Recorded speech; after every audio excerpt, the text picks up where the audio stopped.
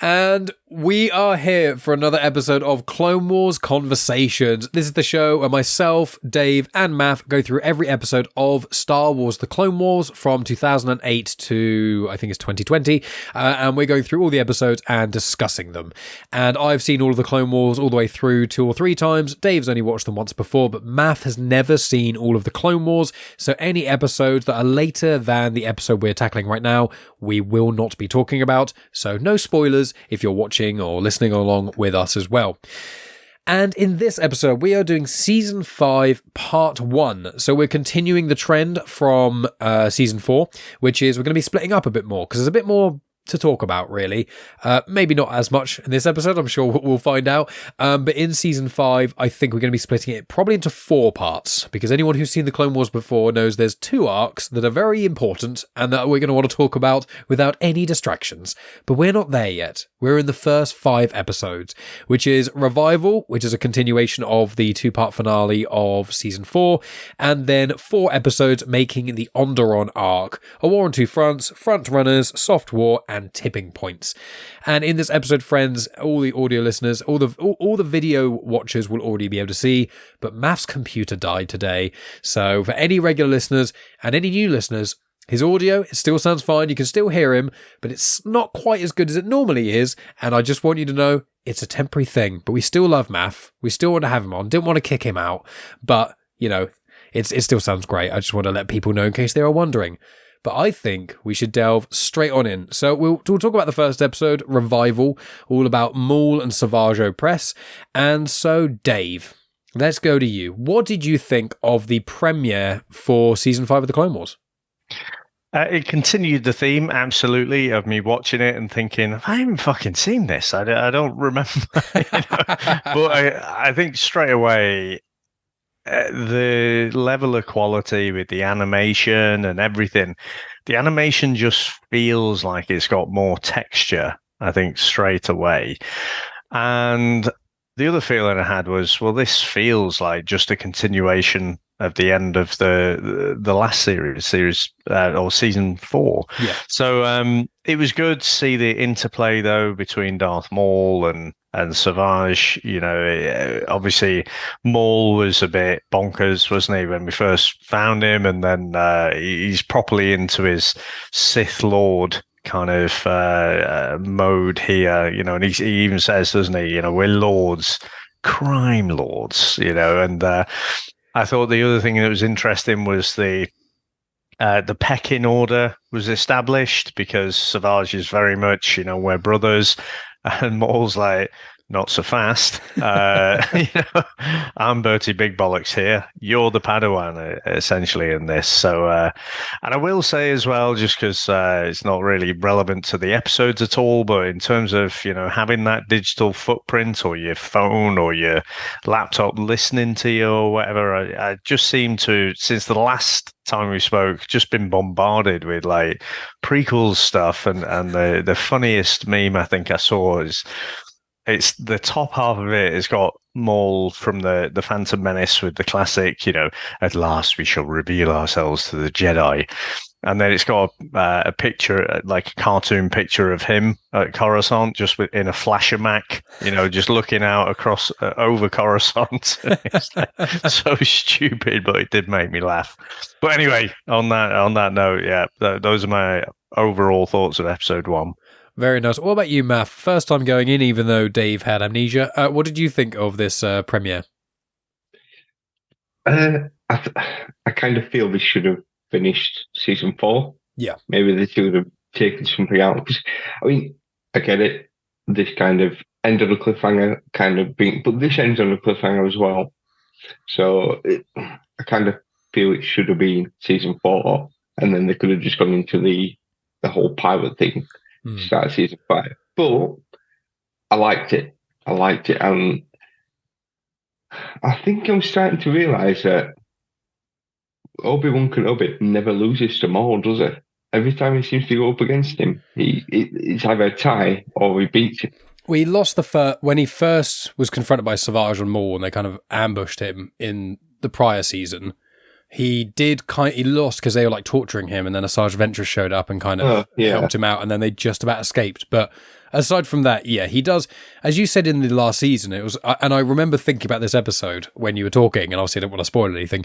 And you said Obi-Wan adapts and stuff, and this episode really shows that he's not. Yeah, he's basically one of the best, defensive fighters in the whole of the Order. He's just a master of, I think it's called Sarisu, which is one of the forms of lightsaber combat. So his whole thing is always just defending until the opponent gets, either tired or gets too aggressive and leaves him an opening. And that's how he gets them. That's how he beat Darth Vader on Mustafar. That's how he wins most of the time, is he just defends and defends. That's how he beats Grievous. He takes it like that. So are you referring to Obi-Wan fighting both of them at the same time when he's got the two lightsabers out? Because that is absolutely incredible. I forgot how cool it was. Yeah, I'm going to say that bit where they're kind of both, and he's like, no, it's the Gandalf moment of you shall not pass. It was just, it elevates how good a fighter Kenobi is. And I think, obviously, prior to the Clone Wars, I've never really seen anything. You just see Obi-Wan kind of, if you go to the originals, he kind of goes up against Vader, they kind of bang lightsabers for a second or two, and then he disappears. And he's a Force Ghost, and it's like, oh, okay. Obviously, the prequels, there's a lot more there, but still, this just really shows how good a fighter he is. And you appreciate the fact that it is a case of it's like he's playing chess. He's watching to see how they do, to study, and he's like, okay, and then right, I'll counter it by doing this. And I just love it. But again, I do think it should have been part of season 4. This should have been the end, because this ends a bit on a cliffhanger itself anyway, and then they could have just gone into the next part. Yeah, I get what you're saying. I think the reason they probably did it is because where they ended, people were like, I can't wait for season 5 to see Maul. And then rather than teasing us like they have done in prior seasons, they've gone, hit the ground running, here's Maul. And everyone's like, oh my God, the pilot. Blah. And then it's like, well, now we've got your hook, line and sinker. You're going to be gagging for Maul every episode now. And eventually, at some point, he may show up. But Maff doesn't know when, and I'm not telling him not to look on IMDb or look anything up. Us who've seen it before, we know what's going to happen. But I think that's probably the reason why it was kind of a way to...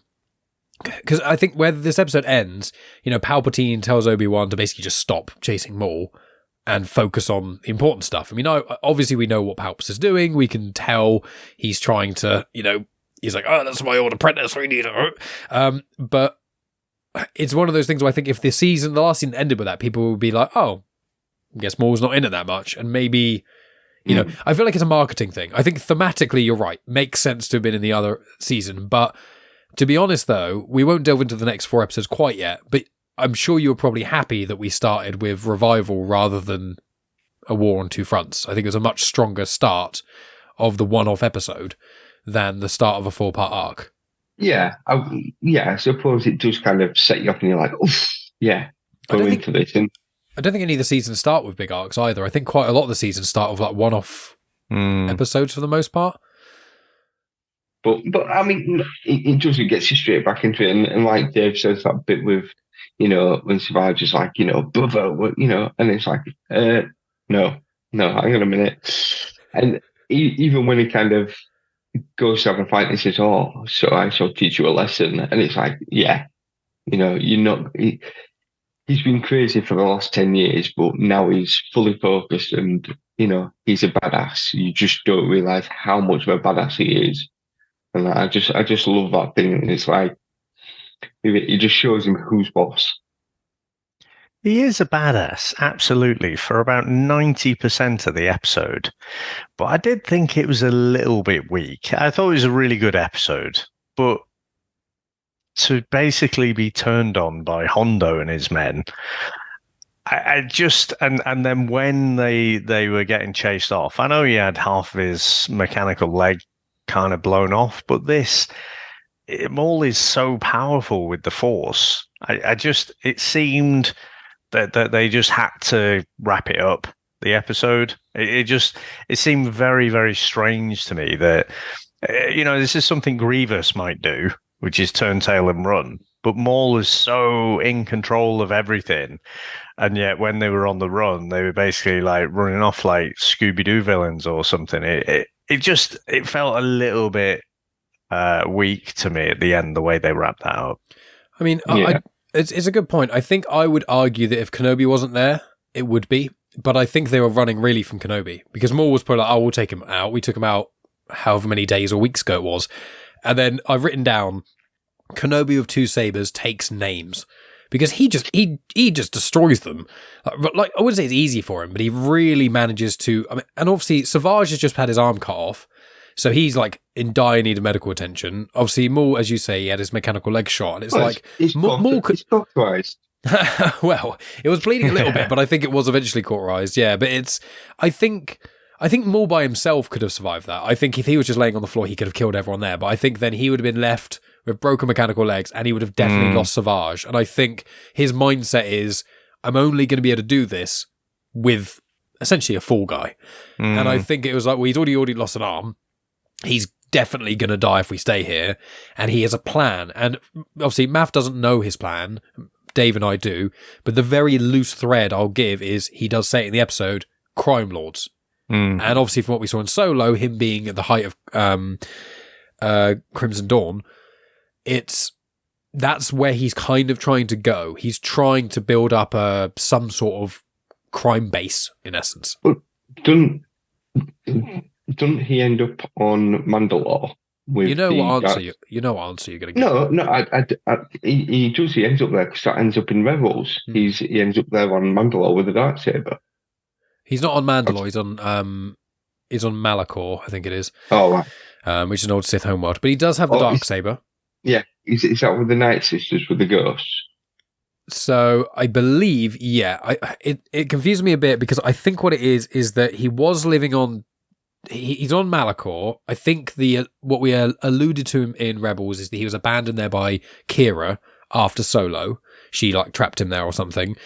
So he does have the darksaber. So he has an interaction with someone who has the darksaber. There are threads, and I don't want to say yes or no to certain things. There's definitely more to come on his story. But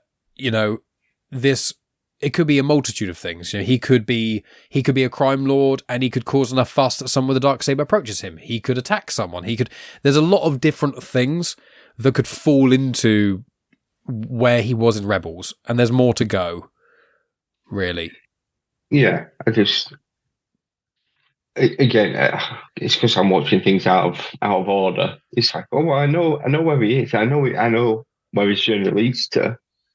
It's just kind of how he gets there now. Yeah, well, think Solo is, chronologically speaking, the next thing you'll see Maul in, if you stopped Clone Wars now, is Solo. So Rebels is several years after that. So really it's just from here to Solo, at some point he becomes the head of a crime syndicate. That's the only thing you know for fact. And then at some point between now and and where he is in Rebels, at some point in between that, he gets his hand on the darksaber. Yeah, so yeah. Go ahead, sorry. There is I'm not going to say too much because I know you kind of alluded to this a lot, so you'll want to kind of say it, but there is one of them crunch moments in this episode. I've got it written down. Why don't you tell us about that? I don't know who the other Jedi is. Adi Gallia. Right. A Thalothian. Obi-Wan and she's fighting, and Obi's fighting Maul, but she's fighting Savage, and then there's that moment when she gets knocked back into the uses the Force, I think, and like takes the wind out of her. Yeah, and then you just think, oh no, she's caught herself, and then all of a sudden he just charges with his head down, and then spikes, and then you're like, oh, kids program. That's one of the moments I cite when Megan and I talk about this and we watch this. And I as soon as it happened, I was like, oh, every time I see it, I'm like, this is meant to be a kid's show. And even though there's no gore and no blood, when there obviously would be, the idea of like the Zabrak horns, they're made of the bone. So it's basically like a stag, like a deer or something, or a rhino or an elephant. And basically a giant 6 foot something stocky human with bones coming out of their head rams them into the stomach of someone against a wall. And that would have probably hurt Savage as well, because there's other Zabraks in canon. There's one in the Aftermath trilogy, and there's a situation she's in, and she has to break off one of her horns to use to get herself out of binders or something, and it hurts like bone.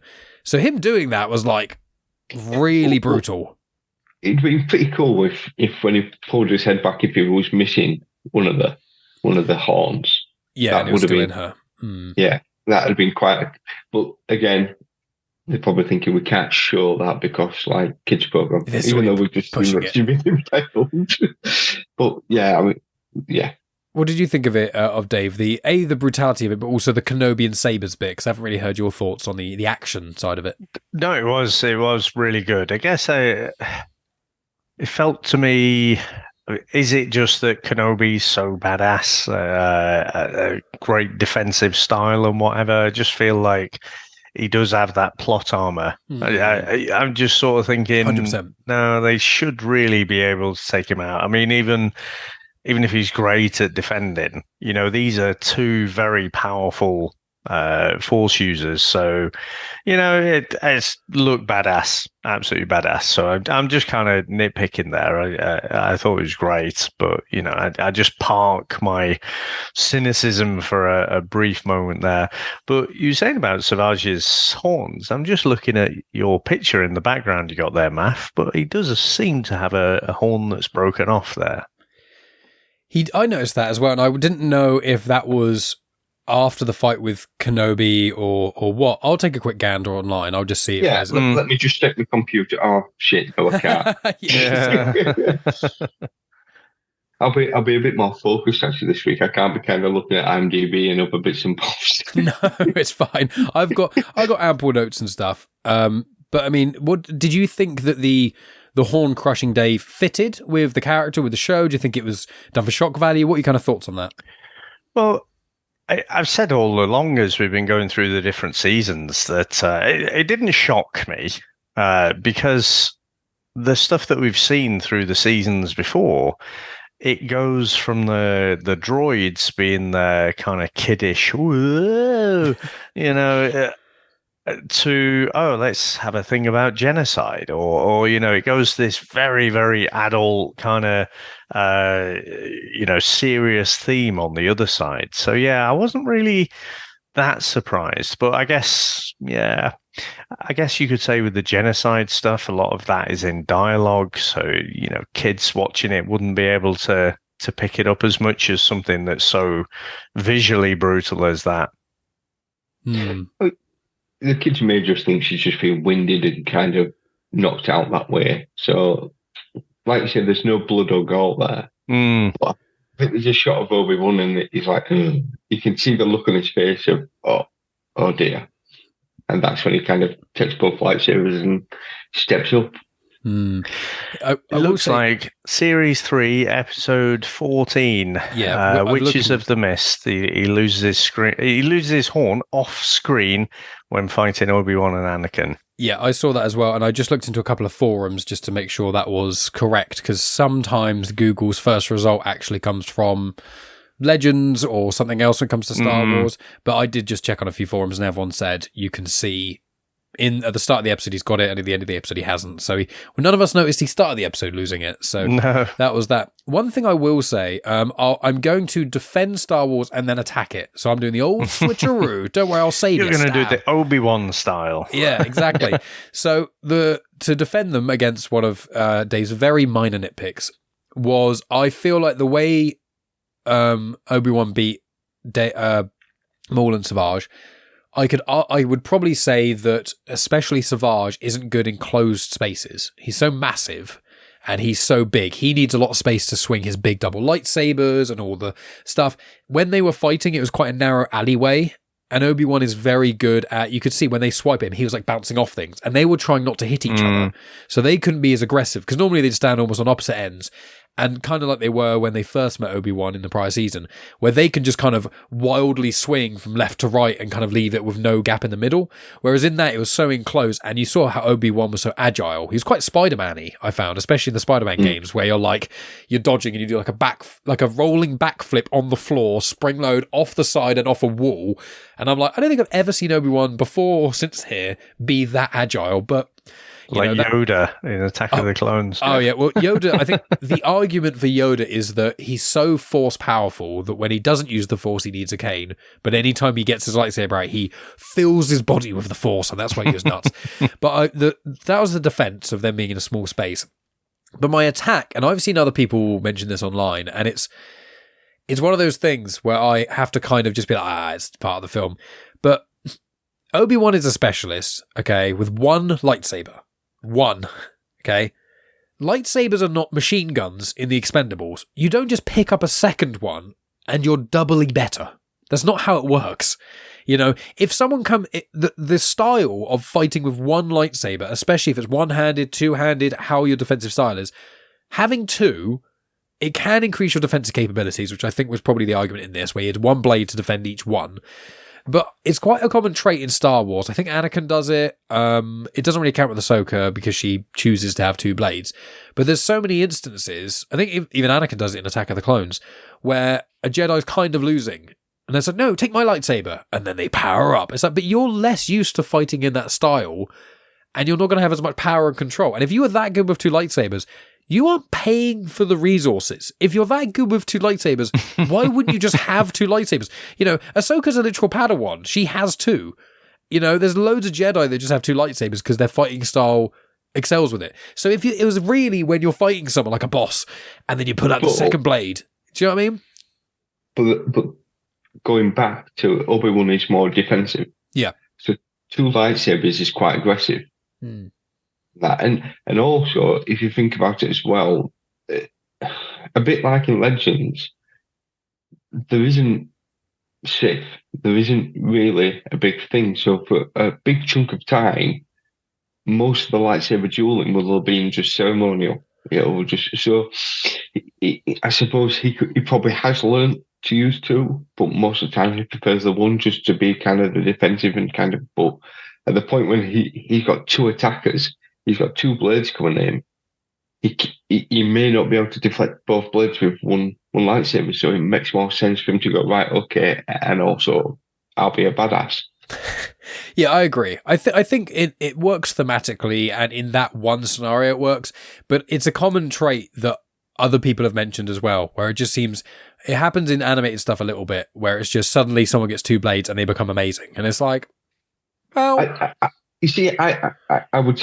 If you went for like the Darth Maul where he has the double-bladed, two-bladed lads, then I would kind of go, nah, that doesn't work. That is completely different. Whereas if he's using the second lightsaber as more as just like, you know, a deflective, you know, sword, so he's doing it that way, which is kind of what he's doing most of the time. He's swinging with his main hand, but he's using his left hand just to deflect.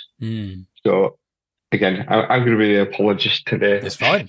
I think I'd almost be on the apologist side as well, just because they're specialists, their superpower, if you like, is with the single lightsaber, but that doesn't mean they don't practice with two, say. You know, all these different scenarios, you know, hours and hours a day or whatever, and it's just a preference to go with one as opposed to the two. Yeah, I especially with knowing how Obi-Wan is, I think he will have learned to I won't be surprised if he has learned to train with a dual-bladed and all the rest of it, just because he wants to be the best if he's put in that situation. And that, you know, he ain't got much else to do, so go off and play with your lightsaber all day. And I'm part of the debate as well. I love this sort of debate because ultimately it was there so it could look badass, but we're trying to retrofit, you know, Obi-Wan as a real character, as a real person would have done this. So, hey, long time ago in a galaxy far, far away. So this happened, Dave. This actually happened. With this episode as well, one thing I want to note is about Adi Gallia. So she's the one who took Savage to the stomach. She is a Thalothian. Now you see her in Attack of the Clones, and you actually were meant to see her in Revenge of the Sith, because there's a Thalothian Jedi who looks identical to Adi Gallia, who gets killed in the Order 66 montage. But what happened was, and the same thing happened with Eth Koth as well, the Zabrak, is that they couldn't get the same person back between Revenge of the Sith and from Attack of the Clones to Revenge of the Sith. So they got someone else, and they put all the same prosthetics on, but they didn't look similar enough. So they had to change the character. So there's Adi Gallia, and then there's Stas Ali. Now, they're both Thalothians. They both look identical because they were meant to be, but they had to basically, in the Clone Wars, explain why Adi Gallia is no longer on the council and has suddenly disappeared, and why Stas Ali is suddenly on the council and then also gets killed in Order 66.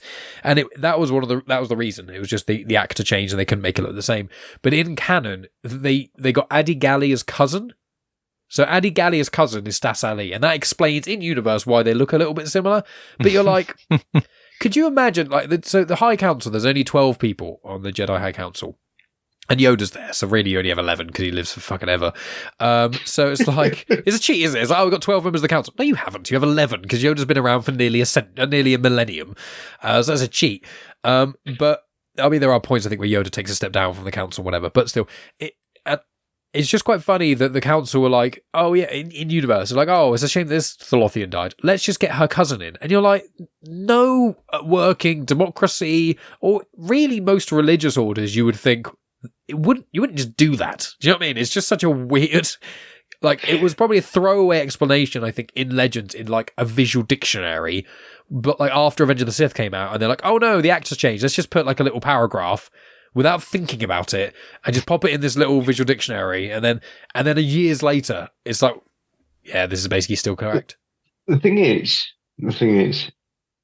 for most people, they won't notice things like that. But then I didn't notice.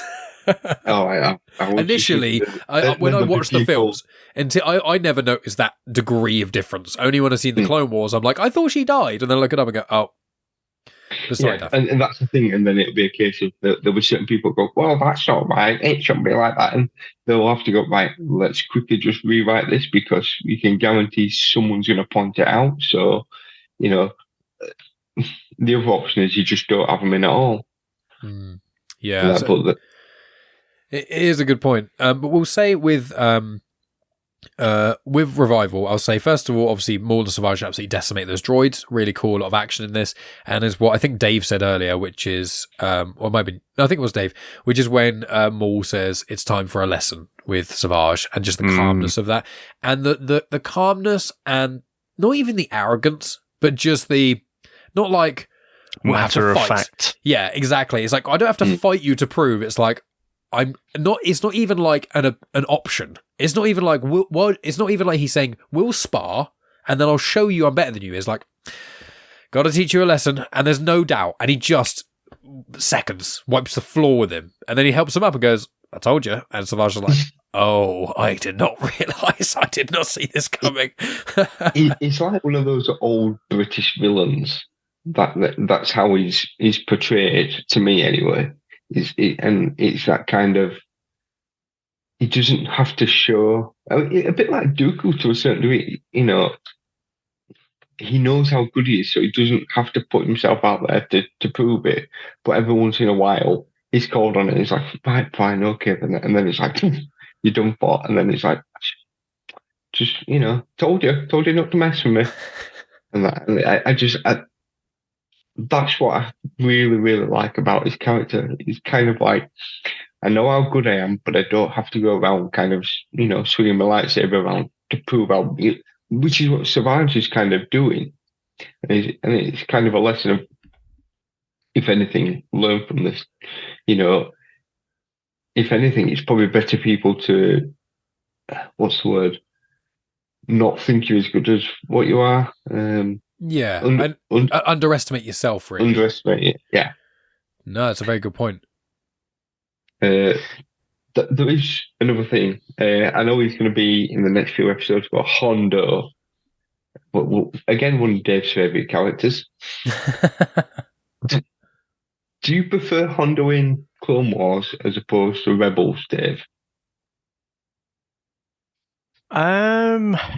Good question. I mean, I don't really know. I'm still trying to triangulate really what my opinion is, because at times he's like a lovable rascal, isn't he? You know, he's like in this one, you know, he has all of his men turn against him, and then he somehow maneuvers out of that situation, and he ends up on the better side, and he ends up helping Kenobi essentially to chase off the Sith. So I could kind of, if this was the first thing I saw him in, I'd be, yeah, I wouldn't mind him so much. But like, I think his character's just a bit inconsistent as well. We were saying it was one of the previous episodes where he seemed more villainous, you know, and he really wanted to take out the Jedi. So yeah, I think I don't. It's not anywhere near a Jar Jar Binks sort of level, but I don't love his character. But this was a good few episodes for him that we've watched.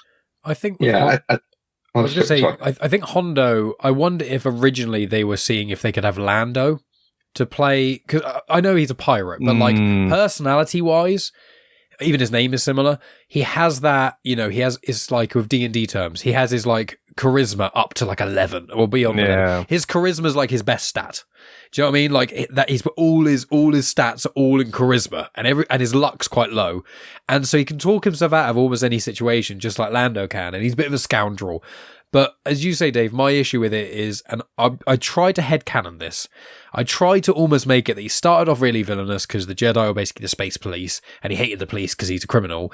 And then he just got more used to showing the Jedi, they're trying to uphold the law, but they're fair. Whereas every interaction he's had with the Sith or Separatists has always been backhanded. He gets betrayed, people get killed. And he's like, at least with the Jedi, when Kenobi, especially because he gets on Kenobi the most, he's like, at least when Kenobi says something, I can trust he actually means this, as opposed to just being a liar and a scoundrel. And I think that's probably what Hondo likes so much about Ezra as well, is that Ezra doesn't really lie, at least to him.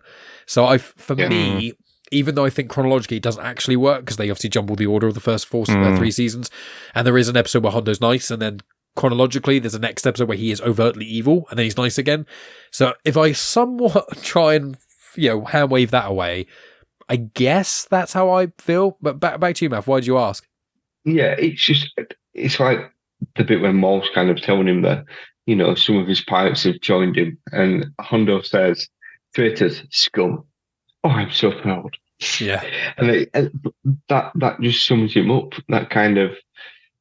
That's what he would have done. He would have done what's best for him at the end of the day. But he knows full well going into a deal with Maul that he's going to have to watch his back. But like you say, when he does deal with the Jedi, he knows that there is a code that they have to kind of, or they do seem to live by. I think Anakin's a little bit more, he's not so sure. But like I said, with Obi-Wan, it's very much like, if Obi-Wan says something, he knows to a point that's going to be how it is. And that's probably why he likes that interaction with him. Well, Obi-Wan's about honor, whereas Anakin's about justice. And that's probably the two main differences between their core ordeals. Beyond all else, Obi-Wan will do the right, honorable thing and keep his word. Anakin will do what he perceives as what's right, and he believes that justice, which is really revenge, that's the main thing. You wrong me, and you get wronged, that's on you. Like, you know, Spider-Man pre-Uncle Ben. You're a piece of shit. It's on you. You know, you wrong me, I'm not going to help you out. Obi-Wan would never do that. You would wrong Obi-Wan to his face, and you're about to be killed, and he would just save you like that. Whereas Anakin would be a bit more like, should help me. And I think that's probably, whereas Hondo's just like, I do how I survive. And he does, as you say, Maff, he respects other people because he's like, you know, I'm so proud of you, but I am going to have to kill you. It's like, you have betrayed me, but I respect you. And then even when they're having a shootout, once the dust has settled and Maul's gone, he's actually like, look, you can all come work back for me. I don't blame any of you. Just swear allegiance to me. We'll just get on with our lives, you know? Yeah. And that's the really... See, I love Hondo, both as a character in universe, As in, if I almost met him, I wouldn't trust him, but I love him as a character. But also, as a storytelling device, he works so well because you can put him in almost any situation, and he's a bit of a wild card. You could almost write him to do almost anything, and it would still, if it was the right reasoning behind it, it would balance out. So I think that he's a very clever character written wise, but also I like him as a character. I think almost every episode he pops up in, he improves slightly. Yeah. I don't know if you have anything else to say, Maff, because I cut you off. No, that's it. I was just reading through my notes for the next bit. No, all good. Is there any... Oh, sorry. I was going to say, is there anything else about this episode in particular that we wanted to talk about before we delve into our big old four-parter? I'll just say, out of the 5 episodes, the first one was the best, and I kind of agree with. Yeah, I kind of agree with Matt that it feels like it's the end of the last season, but it is a corker, and you're damned if you do, damned if you don't, probably, because if it was the end of the last season, what a finale that would have been. But then it would have been a bit of a damp squib if you'd have started this season off with it. So yeah, just is what it is. Just quickly, something we kind of mentioned on Discord. The way it ends is that kind of shot of Palpatine, where you kind of see the dark eyes and the rest of it, which is the point where you guys both mentioned. I thought the audio just seemed a bit off. I didn't tweak what it was. Oh, yeah. The voice actor changed. Mm-hmm. Completely. It wasn't even close, was it? It's just literally changed to another voice. And I had to rewind it because I was like, who else is in the room? And like Mace Windu is in the room. It was like, well, it's definitely not him. So yeah, it was just a weird thing that just transitioned to a completely different voice. I've looked it up. It sounded a bit like, and this is no offense to you, Mike, but sometimes when you used to do a pod and you do it on the car mic, kind of thing, it was like you were talking normal and then switched to the car mic, and it's like, but it just didn't sound right, and it wasn't. I thought, oh, that's weird, but didn't look into anything more. And then you guys mentioned it, and then I was looking as well, trying to be careful, because the problem is, if you look too far in front, you may spoil things. I'm not saying I've spoiled anything, but I'm also not saying I haven't spoiled anything. Oh, Maff. What have you done? I know. What did you do? What have you seen? I told you not to look up anything. I said nothing. Because you're at the point now where basically every character's been introduced. Everything is set up from here. From this point... And I think I know what you've spoiled for yourself, but I can't say it because it was spoiled for you. But I think I know. What have you spoiled for yourself? Well, because I was flicking through and just trying to find that clip. Oh no, it is what I thought. The clip came up, and it's an interaction with Anakin and I think there's 3 troopers, and they've got like lightning staffs, and they've got like purple helmets. Right.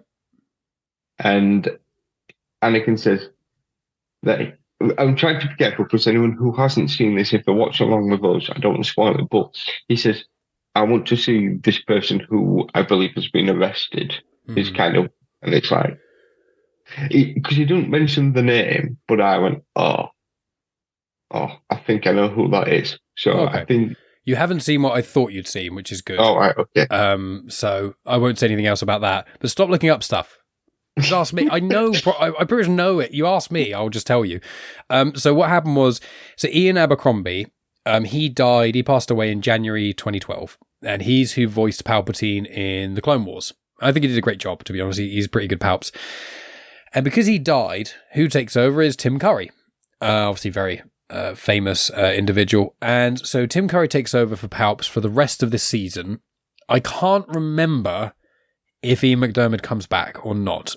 He does come back for something else that's animated, but I can't remember if it's anything in Clone Wars. I don't think it is, but we'll figure it out when we get there. But what happened is, what's weird, why it feels out of place, is that Ian Abercrombie had basically recorded everything for, I think, this season, and then they just decided to tweak the script slightly. And then I think when he was due to basically re-record a couple of bits, I think the only bit really was one line. And so rather than just leaving it out, they got Tim Curry to record the one line And that's the thing that sounds really out of place, because it is a completely different person recording at a completely different time, could even be at a different place. And for the fact of, I can't even remember what the line is, but I'm just like, I didn't feel like it needed it. No. It was so obvious. I mean, even when you're editing it and you're like, you've got Tim Curry in, he's recorded his lines and you're trying to edit it in, someone should have just said, you know what, it's not that important. Either take it out or get him to record the whole, because Palps didn't speak that scene. Much. He didn't talk that much. Yeah. There's only a few lines, so just say, right, I tell you what, this isn't working, record all this bit.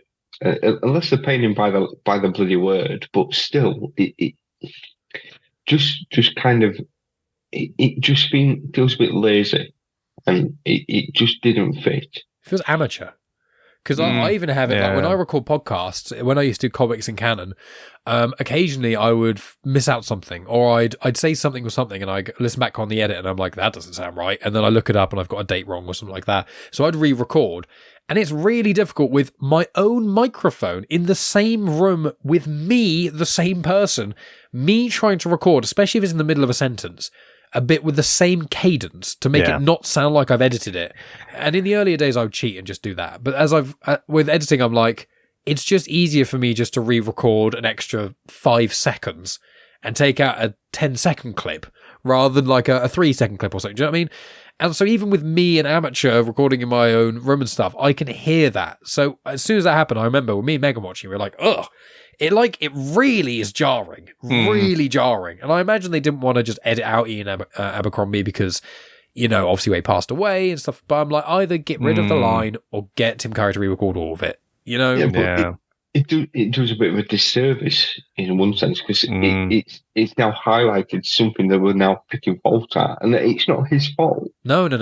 It's someone else's fault, and it just doesn't line up well. What's also weird is this is a new series, so you think the series kicks off, and obviously the next 4 episodes we know Palps isn't in it. I'm fairly certain he's not in the next 4 episodes, or if he is, it's very brief.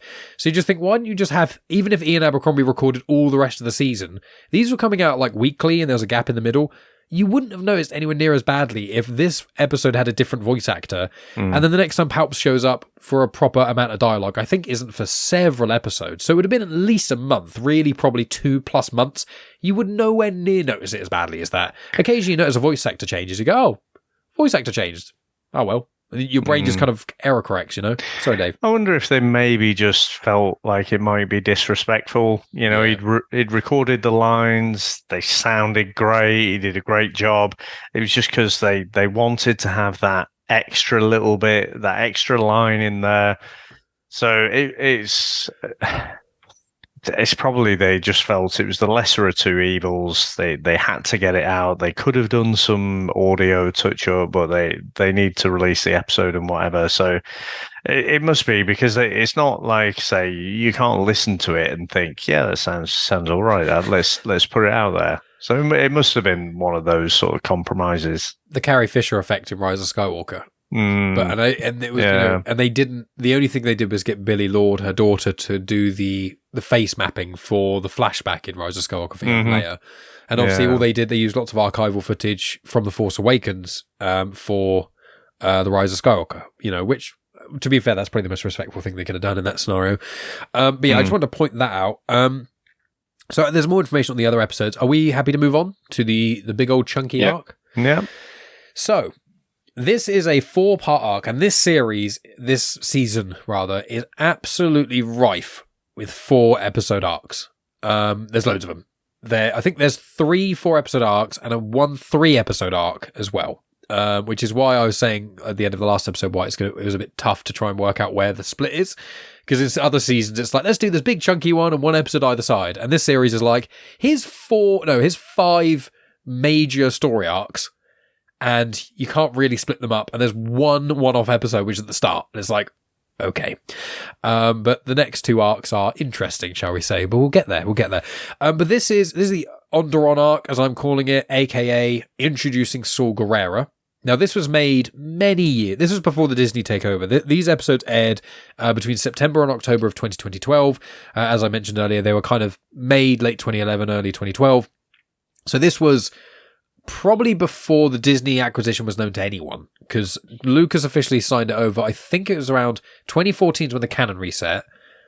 And I think Lucas agreed it, or it was rumbling started to happen in public around 2013. So maybe people knew about it a little bit here, but Rogue One was definitely not on the cards. Saw Gerrera as a character was not created anyway.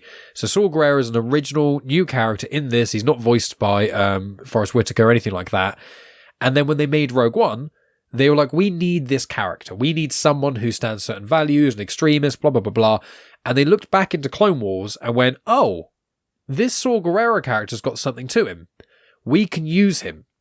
And since then, he's been used. He's obviously Rogue One's where he shows up first. He's in Andor, and I'm fairly certain he's going to show up in season 2 of Andor as well. He's in Star Wars Rebels, obviously, because he comes up twice, which is around the time Rogue One was sort of coming out, which is really exciting. And as I think you both may have caught it, in Jedi Fallen Order, on one of the planets you go to is Kashyyyk, the Wookiee homeworld, and there's a bit where you align with Saw Gerrera and you fight the Empire on Kashyyyk. So he's at the front lines of the rebellion in different places. So I want to throw it to you first, Dave. With Saw Gerrera coming into it, especially because of the sheer amount of Saw Gerrera content we've had, this with Forrest Whitaker, did you remember him being in it? What was your kind of thoughts when you saw him? I'd remembered him being in it. I'd completely forgotten that he looks nothing like Forrest Whitaker. Yeah. So there was a bit of cognitive dissonance where I'm like, what? This is Saw Gerrera? I mean, I know, through when we saw him, he goes through different transformations almost, through different injuries and whatever. But yeah, it took me a while to really click on, because I was like questioning myself, that's not him. It looks nothing like Forrest Whitaker. So yeah, I just completely forgotten about it. And the fact that they've got this planet that kind of sounds like Onderon, it put me off as well. It's like, oh, guys, can't you just call it something else? So, no, I mean, I had to look it up because I thought, this doesn't feel like Alderaan. So, yeah. But yeah, I completely forgot that he was in it again. But as I say that, once I remember the feeling, and especially how the fifth episode kind of ends. I remembered that the kind of interactions with Saw Gerrera, but yeah, just visually how he looked, completely forgot. Yeah, it's a weird one. So the individual who voices Saw Gerrera is Andrew Kishino. So he voiced Saw Gerrera in this, and there'll be some more content coming that maybe will pop up again. But it's not a spoiler because we know Saw Gerrera doesn't die till Rogue One. But Maff, when he popped up, did you have the same thing as Dave of being like, whoa, Saw Gerrera looks and sounds completely different? At first, they don't even mention who he really is. It's just they don't say his surname till episode 2 or 3 when they were the reveal that like, Steela's the sister. It's Maul's sister, and that is it Steela, and it's kind of more on her, and he's like a background character, and it wasn't until kind of something gets. I think she does say his name Saw at one point, but it just never twigged in that because he doesn't. Well, one, he's got all of his body, so and then once it does mention who he is, I thought, oh, is this going to be an arc where we see him lose something? Maybe. No. Well, yes, he does. Well, he loses something quite substantial to him, and nothing physical, but it's not a body part. No, this is the start of Saw. Yeah, and that, but I like the fact that he's a bit of a loose cannon anyway, but he's just completely.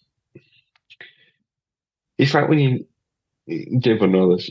When you leave your kids to be in charge of someone, it's like, oh yeah, I've got everything. I can do it. And it's like, I don't know what I'm doing, and he just fucks it all up. Whereas his sister's the brains, and I think it's quite, good for his character to kind of be the person that's kind of not thinking and messing things up, and obviously having what happens in the episode. In episode 5, of right, I can't carry on that way, and that it's very good character development for him. But I also like the fact that there's obviously the kind of it's weird because you've got him and Lux.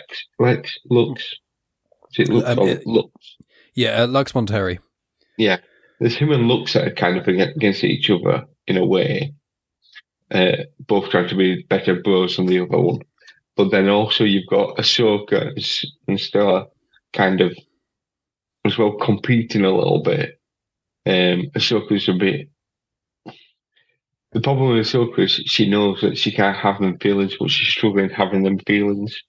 I think they could have probably explored that a bit more. Really? I thought they were so heavy-handed with it. By the last episode, I was like, can Anakin stop saying for the third time? I was like, I get it. But that's what I mean. At that point, couldn't Anakin have gone, right, I know how she's feeling. I can see that because that's me and Padme.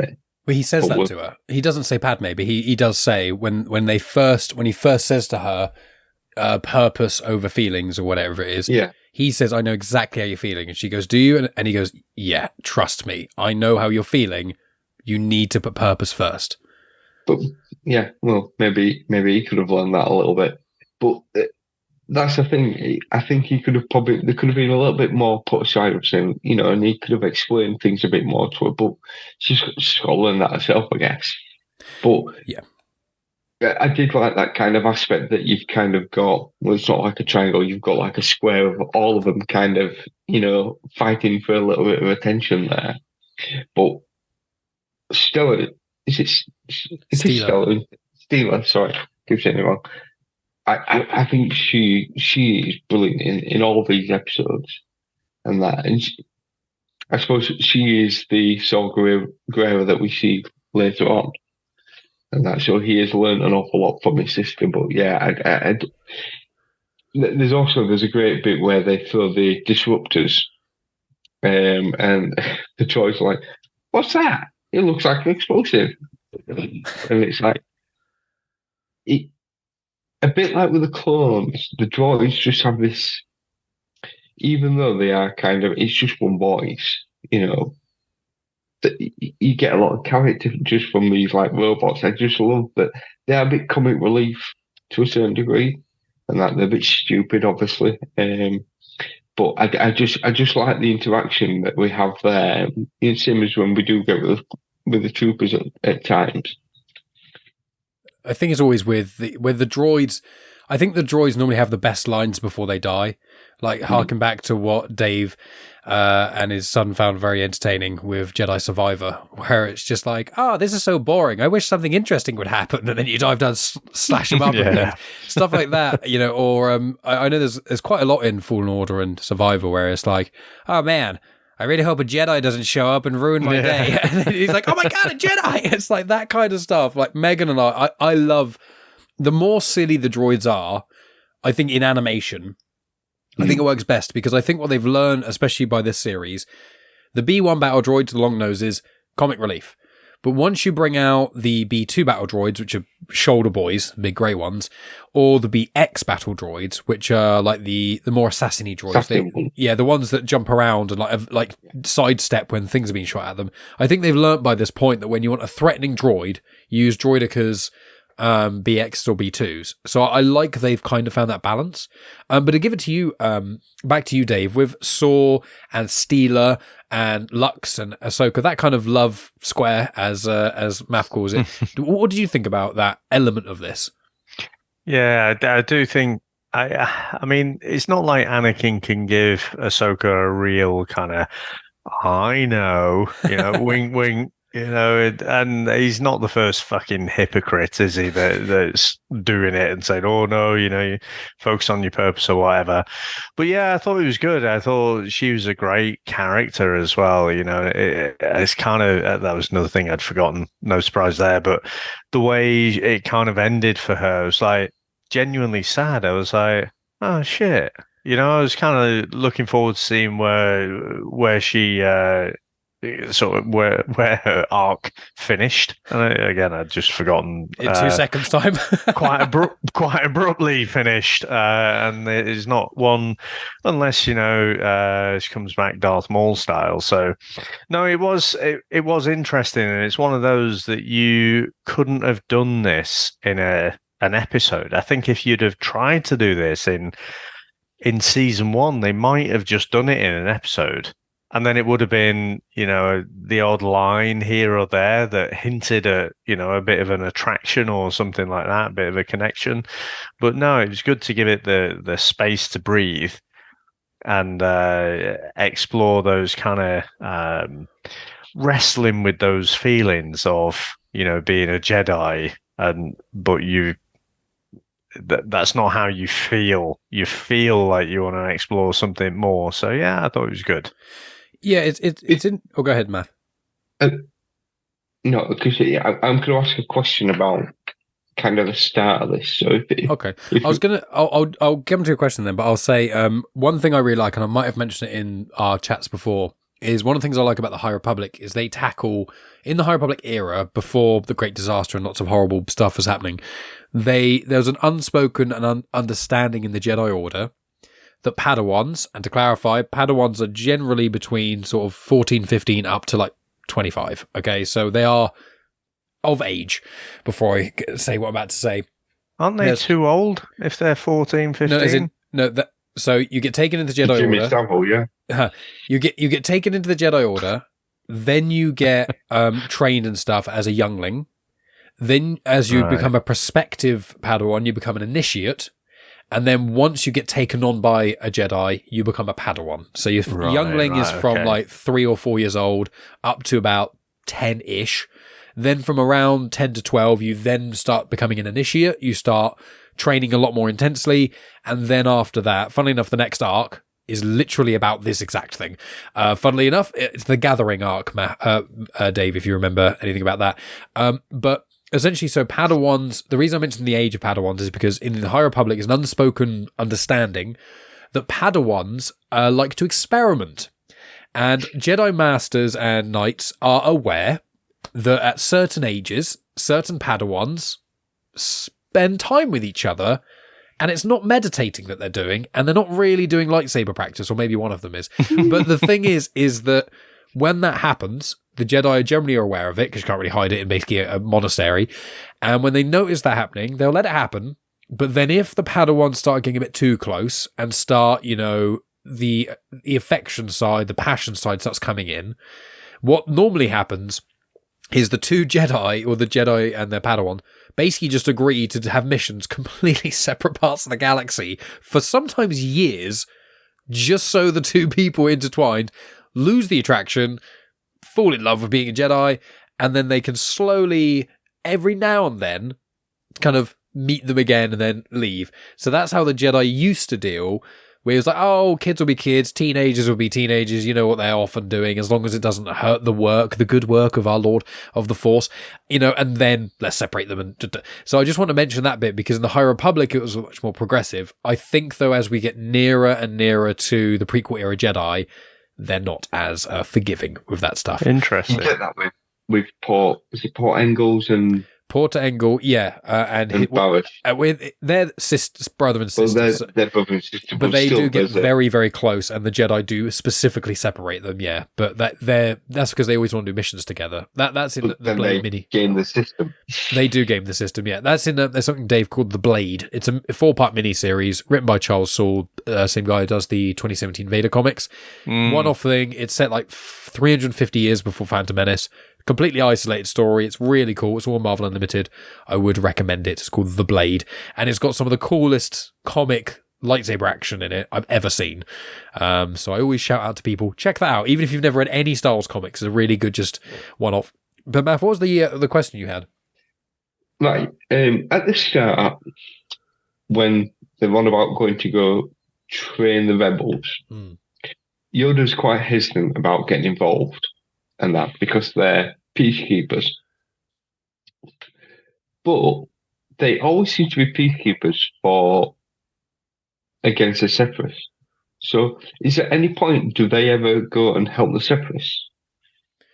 No, not really. There's the odd incident. I think when people like ex-separatists, they kind of do, or when it's like a separate. It depends who you ask. Palpatine wants to execute all separatists allegedly, whereas the Jedi are more forgiving. So Lux Bonteri, Yoda would say, capture Lux Bonteri, talk to him, figure him out. Whereas what the Republic and what Palps would do is say, execute.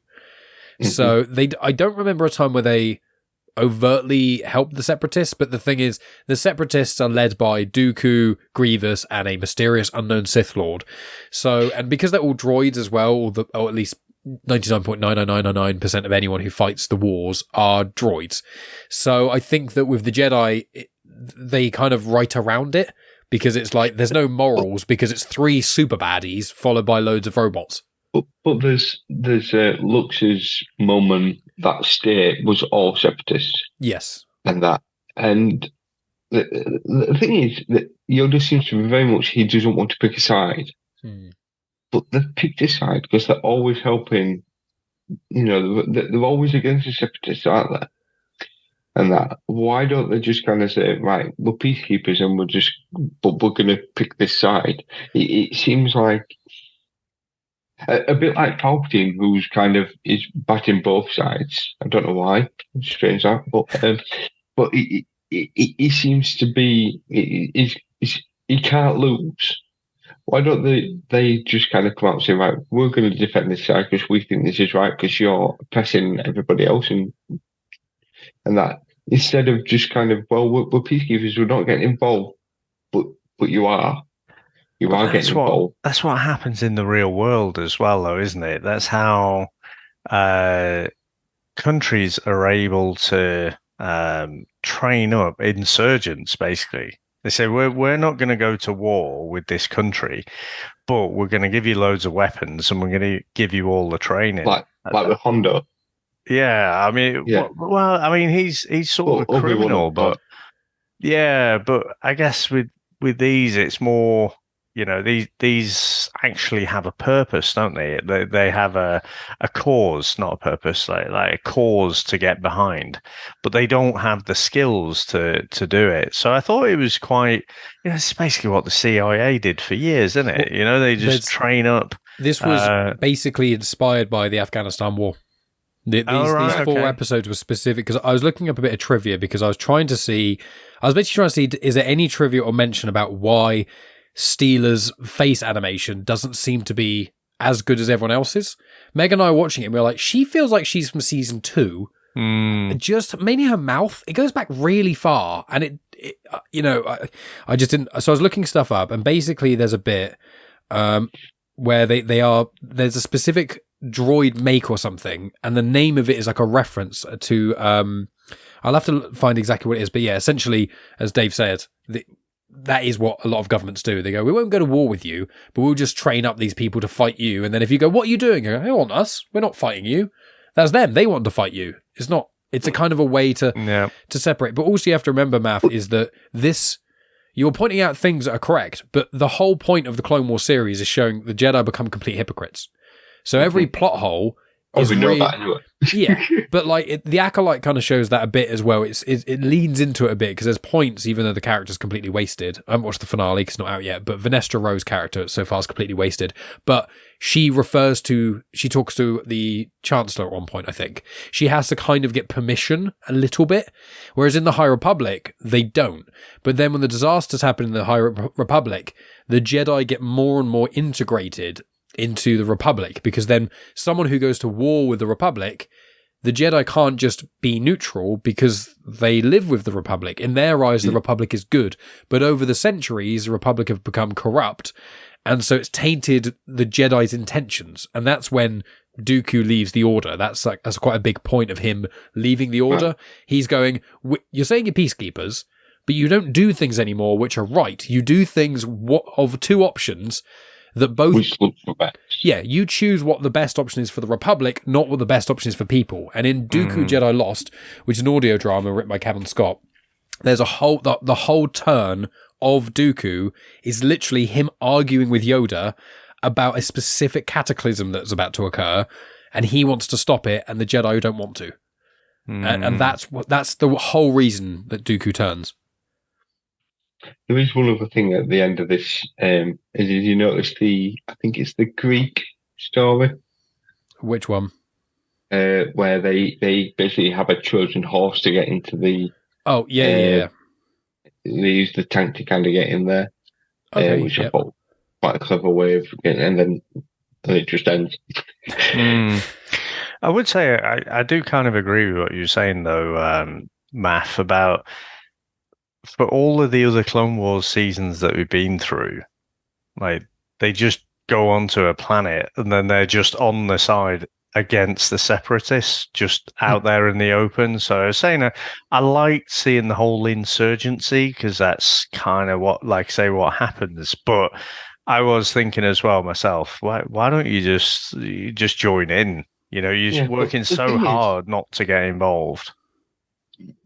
Especially, you left Ahsoka there to be in charge of this, and that. As soon as she ignites the lightsabers, there are Jedi there. They know Jedi are involved, even though they're saying, "Look, you know, take a step back and don't do anything unless you have to." Kind of step in and defend them. Wouldn't it have been better to, instead of leaving Ahsoka there, leaving Rex or Cody or someone like that there, who've been and trained them anyway, and that just leaving them in charge and just say, look, you know, we can do this a bit more, you know, wear a better mask than your open face one, and you could probably train them that way, and there's definitely no people thinking that the Jedi are involved. Yeah, it is. I will agree with both of you. Is that I was struggling a little bit. Well, I was just like, in the first couple episodes, you get it. You're like, right, they can't get involved at all. Okay. And then they go, no, we can't get involved, but we'll leave Ahsoka behind. And you go, okay, guess you'll secretly do stuff. And then it's like, okay, well, no, you can't attack anyone. You can only save their lives. And you're like, but that's, no, you wouldn't view it. Like, if the US government invaded, I don't know, Russia, and then was going in there with guns, but only shot at people when they shot at the civilians and stuff, they wouldn't go, it's all right, they're not invading. They just, you go, your foot's on our soil, you've invaded, full stop. You've got guns, you're clearly with the military. So I feel like what it was kind of like a thing where they were like, we have to make it so the Jedi can't get too involved, so here's a reason, but then the plot kind of gets more complicated, but the reason doesn't. It just kind of, it gets, and then you're like, well, did either of you figure out what on earth happened to Anakin and Obi-Wan? I don't know if I missed it, but they were I was going to ask that question because I think it was just like a plot contrivance. So basically they needed Obi-Wan and Anakin to go away. They needed to leave Ahsoka, you know, because it was more about her story. They needed to hint a little bit at those feelings, that sexual tension and stuff. So I think that it was just like a half-assed, oh yeah, Obi-Wan and Anakin will just go off. It was Anakin's idea, so he wanted to go to train him. Obi-Wan didn't trust Anakin, so he had to go kind of watch over. But once they've kind of done their bit, it's like, we can see there could be a bit of tension here between you and Lux there, Ahsoka, so we'll just leave you here and we'll just fuck off and, you know. But do they ever say they leave? Do they? Because I feel like it was episode.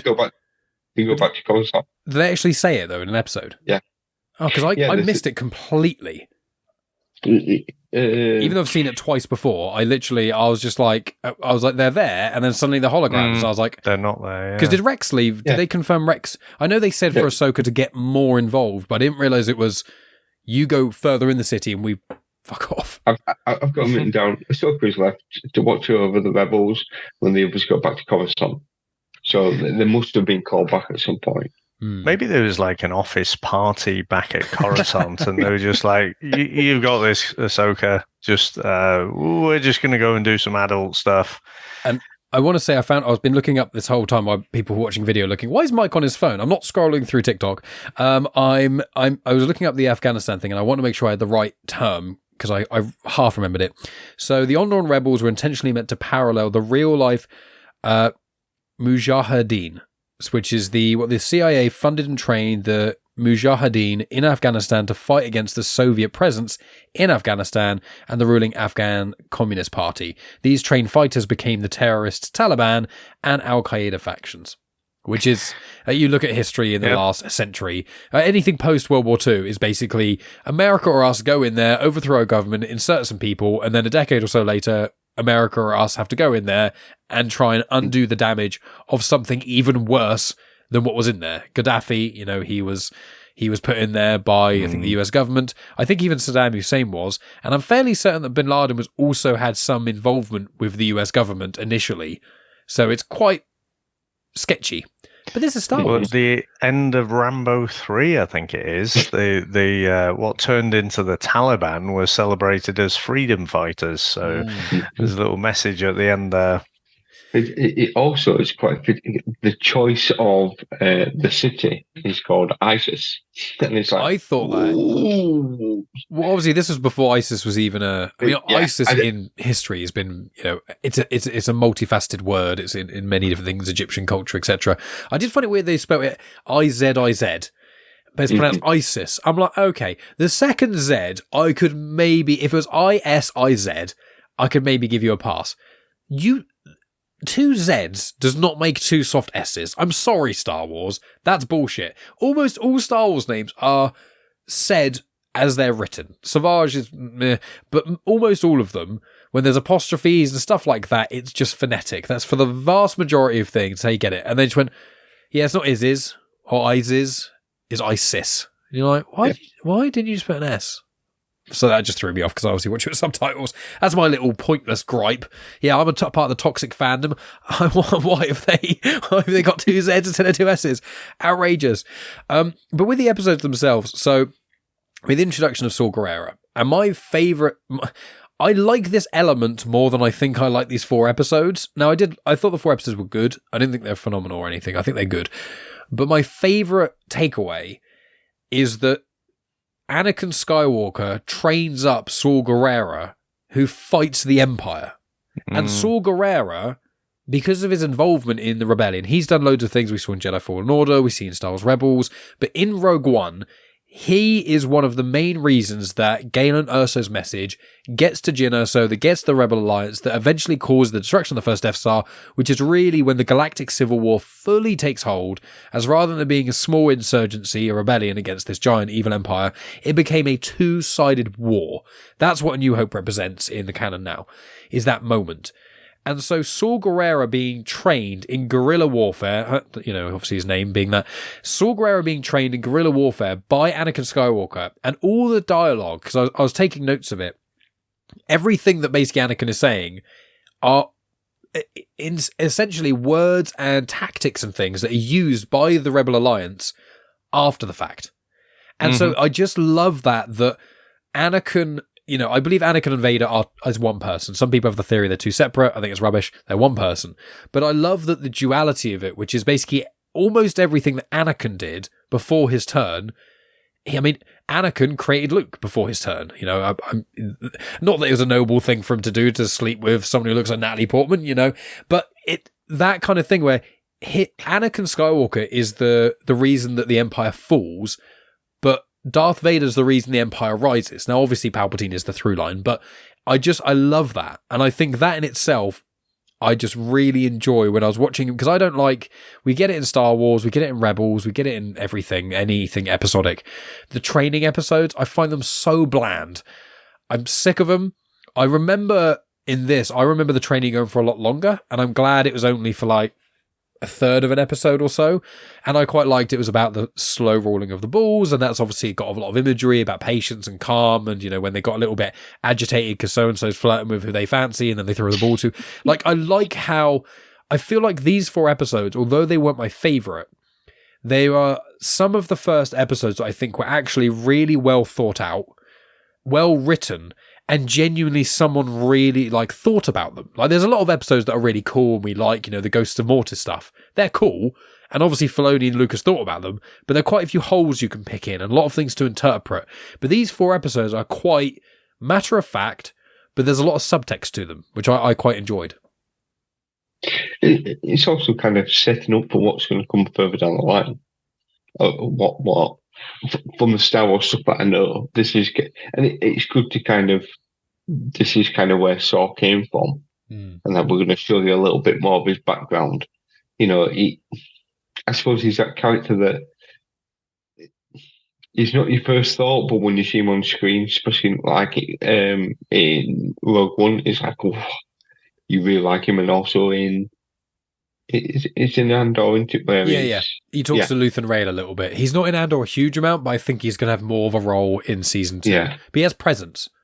But it's good to, although he doesn't look anything like he does further down the line, just kind of see that, and you get away with being able to tell this story with a character that people do know. And that otherwise, if these had just been 2 random characters, it'd been like, okay. Well, it started as that. It started as random characters. But that's just to lure you into kind of thinking, all right, I don't really get this. So then once they kind of mention that name, everyone goes, right. But when this was made, Gerrera, this was made years before Rogue One. So Gerrera's name meant nothing when this came out. The reveal of Gerrera's name is only to be the reveal that Saw and Steela are siblings. That's the air quotes reveal. Which I remember when Megan watched it, because she watched the episode, she was like, was that a reveal? Was that meant to be a surprise to us? And I was like, yeah, I think it was. And she was like, what a crap reveal. And I was like, yeah, that's a pretty weak, like, it was such a low reveal. You're like, was it even one? But no, Saw Gerrera was not, this was made before Rogue One. Right. So Rogue One based Saw Gerrera on this character. They did what I like they do in Star Wars, which is, we need a character with XYZ characteristics. Let's look into the books or the comics or the series. Let's see if a surviving character fits that, and we'll just plonk them in. And then what's great about that is you can then fill in the gaps along the way, which is where we've got him in Rebels and things like that. So when you watched it, and when anyone now watches it, they go, oh my God, Saw Gerrera. But when I first watched this, it was just another guy. For me, when I watched this, Lux Bonteri was more interesting than Saw Gerrera because he'd popped up in prior episodes. So it's interesting in that regard. I do think it's a different. It's almost like a different phase of the Clone Wars. I don't mean the series. I mean the actual real life Clone Wars that we established before happened a long time ago in a galaxy far, far away. So, again, if you think back to the earlier seasons. Basically, so, Yoda would turn up at a planet and they're vying for, are you going to go with the Separatists or are you going to stick with the Republic? And it was a head-on battle. And again, I didn't love the episodes, but I really enjoyed the whole arc. And again, it feels like we're already into the more mature Clone Wars at this point. So that's how it feels to me, because I'm just mindful I might be coming across slightly negative with, how much I enjoyed the arc, and it for me it is again a step above. Even though I said with Series 4, like the Krell arc is probably right up there for me. Take that out of Season 4 though, and these 4 episodes it's a step up from that. Yeah. And so, I'd say even without the Saw Gerrera, rewriting almost about what his impact's going to be further on down the line, I think this is the Clone Wars getting a bit dirtier. Yeah, this is ground level stuff. This is less. Yeah. This is more like Andor, because this is less about Jedi who are basically invincible, who can't be killed. And I think they started to realize this around Series 4. I think they started to go, we can't have it always Obi-Wan, Anakin, and Ahsoka, because as we've said numerous times, there's no dramatic tension. And then you put Yoda in there and Dooku, and you're like, there's literally no dramatic tension whatsoever. So I like how they introduce more characters and there's weight to them. And that's what Andor does so well. And that's what a lot of the other Disney shows aren't doing as well. I'd say Acolyte actually kind of did with the middle stuff, but I won't delve into that. But with Andor, every character death that has a degree of an impact. Sometimes it's like, oh, that sucks. And other times you're like, oh no, that guy's gone. Or like, yeah, they're gone. But every death in Andor feels substantial, feels like there's weight behind it. And I think with Clone Wars, quite a lot, they were just having people pop up on screen and then die immediately. And you're like, who was that? I don't know, gone. Whereas in this, what they're starting to realize, and from here out, it's very, very arc heavy. I think even...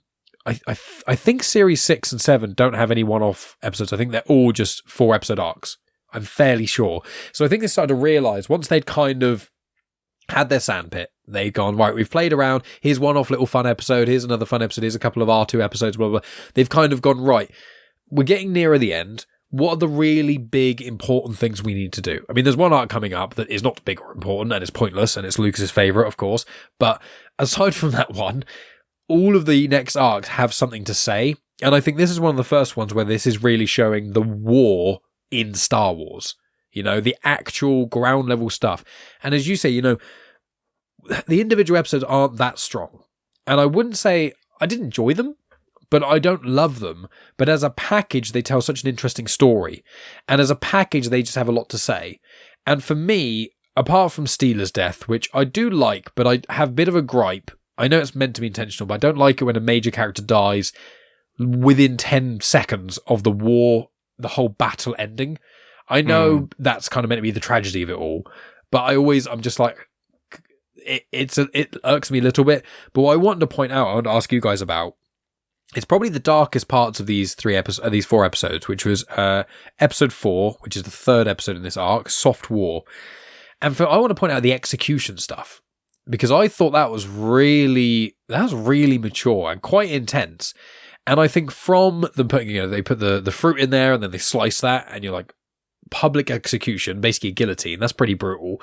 And Sir Christopher Lee, he watched the last ever public guillotining in France. He was there at the last one that was in France, which is quite interesting.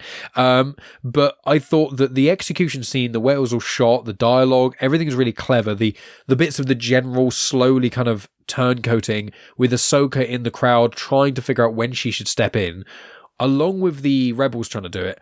Plus, I think when the execution scene ramps up a bit and they throw down the smoke grenades, the shots there, because I only watched Saving Private Ryan again a few weeks ago on my Patreon right now if you want to hear it. With that, there's almost shaky cam bits where they're kind of going up the stairs and it turns and it almost makes you think a little bit of like Avengers Assemble, where it's that kind of the panning shot where the camera doesn't cut, it just moves. And I felt that quite a lot. So I want to ask you two, we'll go to you first, Maff. Did you have any opinions on the execution parts, really? Any elements of it?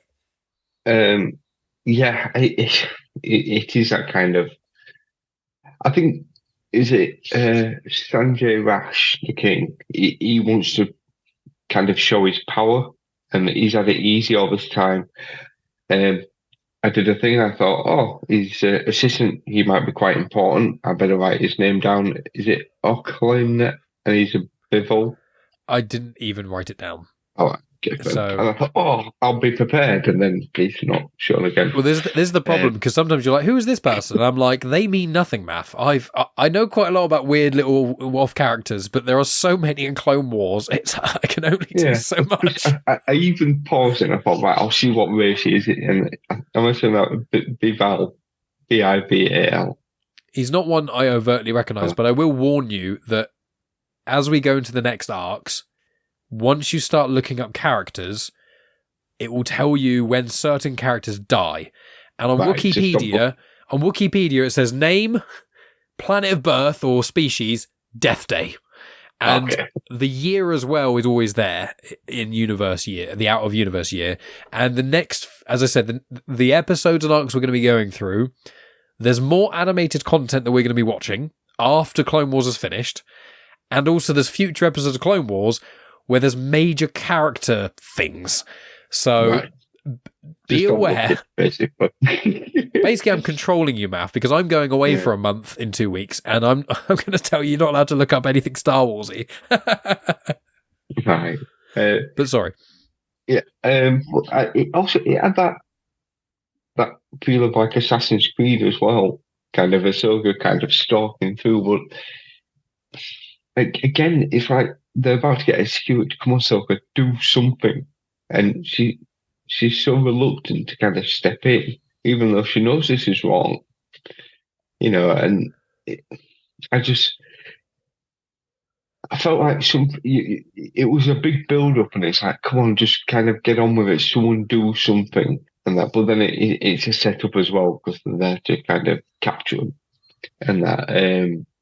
And I suppose really, if the general hadn't stepped in, that's it. They would have all been done for. The general stepping in, I think, is meant to show the final people in the public. Almost, it's kind of like. When he turns, the rest of the public are then overtly against King Rash. I think at least. What did you think, Dave, of that those elements with execution and turncoats and etc.? I think I felt the same thing when you said about the whole setup for the execution in the first place. You know, you see him kind of leaning forward through the red, whatever it is, to keep him in place, I guess. And I was trying to think, you know, when you had stuff in the 80s, like obviously there was a lot more medieval type things, so about Vikings and Robin Hood and stuff like that. And I'm thinking, in a family movie, would you have kind of beheadings, not shown graphically, but just, you know, the action of going down? And without being able to think of an example, my gut says probably that was there. But, you know, because you were talking about medieval times, it's fine. It's just par for the course. Whereas this is more, you know, they're at war, but it's a more sort of civilized, scientific society, isn't it? So, yeah, it struck me that was a bit odd. You know, it wasn't, and it was all set. The thing is, with public executions, it's all ceremonial, isn't it? It's not like you just want to give them an injection or the electric chair or something. Quietly, you want to show the public this is what you're making a statement. Yeah, I think that's a bit where the king Rash he feels he's lost power, so he's doing this to kind of reclaim his power back. Say, look, you know, you step out the line. This was your former king who you all love. This is what's going to happen. And I think definitely in history, you know, that sort of shit's happened, hasn't it? You know, William Wallace, like when he tried to go there, got hung, drawn, and quartered or whatever. But one of my pet hates, it's a real trope, right? If you've got a rescue, and you know they're literally there. They're just going to chop his head off. And it's like, wait for it. Wait for it. Wait for it. And it's just right there. Right now. And then they get the guns out. Oh, right, let's get that. And it's like, no, fuck off. His head would have been chopped off by now. And I was thinking, what are you waiting for? Like, there is literally nothing, you know, ready to be in place or whatever. It's like, it's not just this episode or this arc. It happens a lot in fiction, you know, and TV shows and Bombs stuff. Going off. It's the last second that you defuse the bomb, and it's like, can't we just have? If there's an excuse to wait for it, I kind of get it. But I'm thinking, you know, in real life, like say the guy's just lifted it up before she says go. But then they're not in place, you know, they can't just shoot him at that moment. They have to get ready. So, yeah, he'd have had his head chopped off. Like Robin Hood, Prince of Thieves, you kind of have that moment there, don't you, with the execution? It's like, wait. And I think they've got Will Scarlet then on the bomb that they were going to use, the gallows. But it's to build up that, you know, for the audience, it's to build it up. But, yeah, realistically, it's the same as a Bond villain.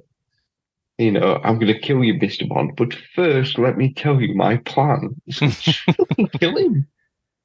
Deal with him now. You know, the problem is, I think, was it Austin Powers 2, where Scott Evil's just like, I've got a gun in my room, I'll just go get it and we'll shoot him. No. We need to set him up, you know, and I'm not actually going to watch it. I'll just go off into the other room. Yeah, they kind of ruined it with that film. Yeah, it's one of those. I agree. When I watched that, I was like, when they first said wait, I was like, oh, okay. But then it is literally waiting to the last millisecond. And I was like, I get why they waited to a point, but there's no There was no difference. And also, it was all droids as well. So it's not like they weren't ready for it because the droids were not cognizant of anything happening. Yeah. So I did fight again. It's just it's every time a bomb gets defused and the timer is 1 second left, or, you know, someone's falling from a building and someone catches them at the last minute, or unfortunately, it's one of those tropes. But aside from that, like, little nitpick, I think for most of my notes, I was just like, I think the 4 episodes for me are all different enough because you've got the training episode, then you've got the kind of the rebels trying to fight and stop being taken as an insurgency on the outer edges and slowly making their way in so they can't be ignored. The 3rd episode is the shift of public opinion, and the 4th episode is the rebellion of the oppressive regime. And so I do think that I probably would have enjoyed it more if it was 3 episodes, but I think that structurally and storytelling wise, it probably did work better as 4. And I feel like you had that time, as you guys have both pointed out, to flush out the characters. There's quite a lot of subtext there. Because like even the 2 kings, the old and the new one, Dendup and Rash, like they were very different. And we actually had a little bit of time to kind of breathe with them. They even introduced the general, you know, and we got to kind of see what he was like. And so I felt like these episodes, again, making the Andor comparison, they take their time. You get more invested in the characters. So when characters die or are in peril, you feel something. Like, I think all of us probably, when the old king had his head on the chopping block, you're like, I don't want him to die. He seems like a nice guy. And he's not even trying to overthrow the king. He's literally done nothing wrong, but he's being blamed for everything. And the the new king is just completely missing the point, which is the reason this is happening is because of the way you've treated him. He's not the one doing it. What's happening to you is a symptom of your actions. And again, I really, really liked that element. I mean, they don't kind of go into it, but it feels basically like Dooku came in, took the old king out, and just put him in place. And that, because at one point, when is it Calland, the robot who comes? Yeah, I only wrote down his name once. But yeah, who sounds like Soundwave. Doesn't not look like him as well. Yeah. It was that very. It had that familiar feel to him, but Dooku does kind of say, "I can replace you." So he's basically just put a pawn in place just to kind of control this little planet, and that so that for whatever reasons the Separatists want to use the planet for, he's being put in place. So. And you can kind of see with Rash, he does seem to be a bit reluctant to do stuff, but I think he's scared of if he doesn't do what he's told, he knows that it's going to be his head on the chopping block. I think he's scared to lose power. I think there's a line, I think it's Andor, but it might be in another bit of Star Wars, where it's just, I know they say it in a lot of other things, I think they even say it in Thor and stuff, but like, those who achieve power are afraid to lose it. And that's a through line throughout all of Star Wars. And I think that's what they're trying to show, is that Rash is really, he's a weedy little coward who doesn't really deserve anything. And he's finally got some power. And obviously he's constantly eating fruit. And that's the main way you can show someone's an asshole on screen, is if they're eating an apple, especially with a knife, then they're a dickhead. That's it. That's just, they're not morally good or bad necessarily. They're just a dickhead. And normally it's someone on like the Expendables or something who's the one who's the cocky one. Wait, Anakin floats a pear and does cut it, but I mean the kind of person like a Malfoy type from Harry Potter, like a dickhead. And it doesn't. I just find in a lot of action films you get the guy who's like biting the apple and he's the bitty big bollocks, but you never get like a Jason Statham character eating an apple. It's never him. It's the cocky one that runs out there and gets blown up immediately. Or it's the aristocrat that's into hedonism and things, just loves gorging themselves on sweet fruits. And I think there was probably quite a lot of, mythological subtext. Because I know, Maff, you kind of lightly pointed out on it earlier. But, the place is called Isis. The king is wearing what looks like a Greek kind of crown sort of thing. And so I think that Greek, Roman, a lot of those kind of ancient civilizations is kind of hard because a lot of these places still exist. But you know what I mean? Like some of the best mythologies we know of, or is most known in Western consciousness, is Nordic, Roman, and Greek. So I think that the Greek and the Roman, in some ways, imagery was used in influence of of that, because I also felt like, you know, the holograms when they were like preaching in the streets, they were massive, which I like. Obviously, there's a plot reason for that, but I kind of thought of it like statues, and a lot like in Greece, where you get the, you know, the giant statues in like the Hercules movie and things like that, where they kind of come to life in essence. And a lot of the temples for these Greek gods or whatever, it was meant to be the size of the statue was like a scale size. So I kind of had that imagery as well. So I didn't know if you guys had either any thoughts on that or anything else as we start to kind of wrap up these episodes. Not so much the size of the projection, but it just reminded me, was it Mon Mothma who in Andor was projected? No, it was Thingy's mum. It was Cassian's mum. Yeah. Oh, yeah. Well, fight the Empire. Yeah, exactly. Yeah. So it just, I thought, I was watching it, I was thinking, I wonder if they've just sort of taken that idea and just brought it into Andor. I think this episode very, very heavily influenced Rogue One and eventually Andor. You know, it had the look of Andor. The whole aspect of where they are had the look of where the colours even. Yeah. And the fact that, I mean, where does Cassian come from? Where does he live? I can't remember what the name of the place is. Onderon. No, he's not from Onderon. He's originally from some random, because in Andor, when you see him as a kid, he doesn't speak English. He's talking another language, and then his mum go and save him, and then they raise him on whatever the name of the planet is in Andor, which I should know because it's said quite a lot. But I can't remember off the top of my head. Look it up. Well, I can, but I won't. I will. But sorry about But no, it had that feel to it. As soon as, especially when the holograms started popping up, I just kind of thought, this is like a scene from Andor. And that I definitely think that they've watched this and thought, that will work in our series later, when they were writing it, because it has that feel to it. And even like the building structures, just kind of had that same aspect. Yeah, quite like a lived-in city, but more. I mean, it kind of felt like, I don't know if you mentioned this, but like Rebels, a little bit of Lothal, like the bits when Ezra's running through the streets. So the place that, so Cassian is from Canary. I was thinking like Kez or something. Because Canary is the planet he was originally from, but he was raised on Ferrix. I should know Ferrix. I really should have known that. As soon as I read it, I was like, you dick. Forgetting that. But anything, because obviously I mentioned the imagery thing, but is there anything else you guys want to mention about these episodes? Any other things we haven't really touched upon yet? I think that's it from me. I just think, like I said before, I did enjoy the 4 episodes together rather than any one particular episode. Yeah. And it just felt like a dirtier phase of the Clone Wars and just, a bit of a step up in terms of maturity, I'd say. And I'd say kids watching this are about, it's been from Clone Wars starting, it's been 4 or 5 years. So you think if you were an 8-year-old watching this and you've been watching it all the time, you're now 12 to 13. So it's like Rebels does. Rebels matures with the viewer, as does Clone Wars. But sorry, Maff. I feel this is before Rebels, but this feels like a Rebels episode.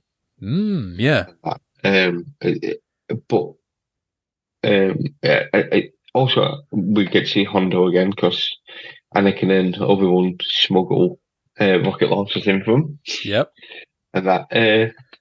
But I did have an issue at the end. There's obviously that bit where Saul shoots the ship then crashes, which then affects his sister falling. And Luke goes to rescue her. And at that point, I'm thinking, it's got that cliffhanger moment, and it's like Ahsoka just pull him up, which she slips, and then Ahsoka does step in. But it's like, why didn't she just do that straight away? You know, kind of react a bit quicker to this. But then obviously it then gives us that moment where she does fall. Which, again, I suppose it kind of, the way to end this is to kind of, we've fought for our planet to start this up, but there has to be a sacrifice behind it. There has to be something to kind of push them forward instead of them. Otherwise, it could have been a case of, well, we've won, yay! and then they just go on about living their own thing. Whereas this, I think, will propel Saw into thinking, right, we've helped here. There's lots of other planets that I need to go and kind of insert myself into to be able to kind of help them. Yeah, it does. I think it serves well as an episode for Saw. It serves well as a good episode for Ahsoka, like her being on her own a little bit, having her own kind of morally grey area, and also learning you can't save everyone. So yeah, I think that's all good. Well, we will wrap up here. I'll tell everyone, because I left it right to the very end last time, but I'll say it here now before we talk about anything else, is the next episodes. So listeners shouldn't have much of a break, because as of recording this, I think season 4 part 1 has just dropped in the last week or so. So anyone listening to this will either be in I think, well, this might be August or September or time, but listeners won't be affected. But I am getting married, yes. So I will look very different. I'll probably be more tanned because I'll spend a month in America and part in Vegas. But I will be a married man the next time we record. So I'm giving you guys enough time in the month to hopefully not watch it all in the first week and then forget about it, but also not leave it to the last minute. I'm going to try and watch a few while I'm away, because there will be time, there'll be downtime. But this is going to be the biggest chunk of season 5 that we're going to do.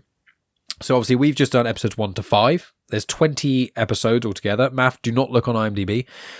So we are going to definitely don't on this one. This is, of all seasons, this is the season you can't look ahead. This is fucking droids now. I'm not going to be happy. Oh, Maff. That's exactly what we're doing. So the next 4 episodes is going to be the Gathering arc, which all centers around Ahsoka and some younglings. And the first episode, this isn't a spoiler because this is literally the description of the first episode. Ahsoka escorts a group of younglings to Ilum, where they meet with Yoda and seek out their kyber crystals needed to build their lightsabers. So it's a group of younglings building lightsabers for the first time. And I love this arc. I've seen it a couple times. I won't say anything else about it, but I really, really like this arc. This arc tells us a lot about the Force, which I really appreciate. And then the other thing is just the droids, which is after that, I'm afraid, which is we're doing both arcs. So it's going to be 8 episodes in the next one, because I can't split it because the next 2 are very important. It's the 4-part droid series episodes, which is Lucas's favorite, which they're not rated all that badly, but they're definitely not the strongest episodes. So we'll be, listeners at home, we're going to be watching from episode 6 all the way and stopping at episode 13. Nice. So we'll watch Point of No Return, episode 13, and do not watch episode 14, which is Eminence. Do not start that yet, because that will be the next episodes. But let's pass the baton to you guys so you can do our plugs and things. Obviously, this won't be coming out for weeks. So, Maff? Yep, I'm on Clone Wars Conversations. Well, no, you also, I know it's been out for ages now, but again, because we recorded last week and mentioned it, the Indie Comic Spotlight episode, TMNT Last Ronin. We did the last one. I am actually reading, don't know where it is, the next book to it. So me and Tony Mike kind of discussed that at some point. And that, I know, I don't know how he reads so fast, but he does. He's already read it. Oh, amazing. But yeah, so he's pestered me a few times asking if I've actually finished. It's like, no, I'm getting there. But like every time I pick it up and George wants to do something, it's like, right, put it down again. But yeah, I really enjoyed talking with Tony. And I think we did discuss the kind of comic, but we also actually discussed lots of other things. So there's that. And yeah, find me on here. Amazing stuff. So, Dave, what have you been up to that you can actually tell us about? So, by the time this comes out, it'll probably be somewhere that I haven't even scheduled yet on the VHS Strikes Back. But this week, as we record, we've just had The Warriors coming out. And because it's out for Patreons already, of which you guys are, thank you very much. Next week, we are going to tackle a Spider-Dan pick. Yeah, that's what Chris said. So it's going to be The Thing with Two Heads. Is a 1972 body horror. Chris is going to love that, isn't he? He loved it. Yeah. Yeah, of course.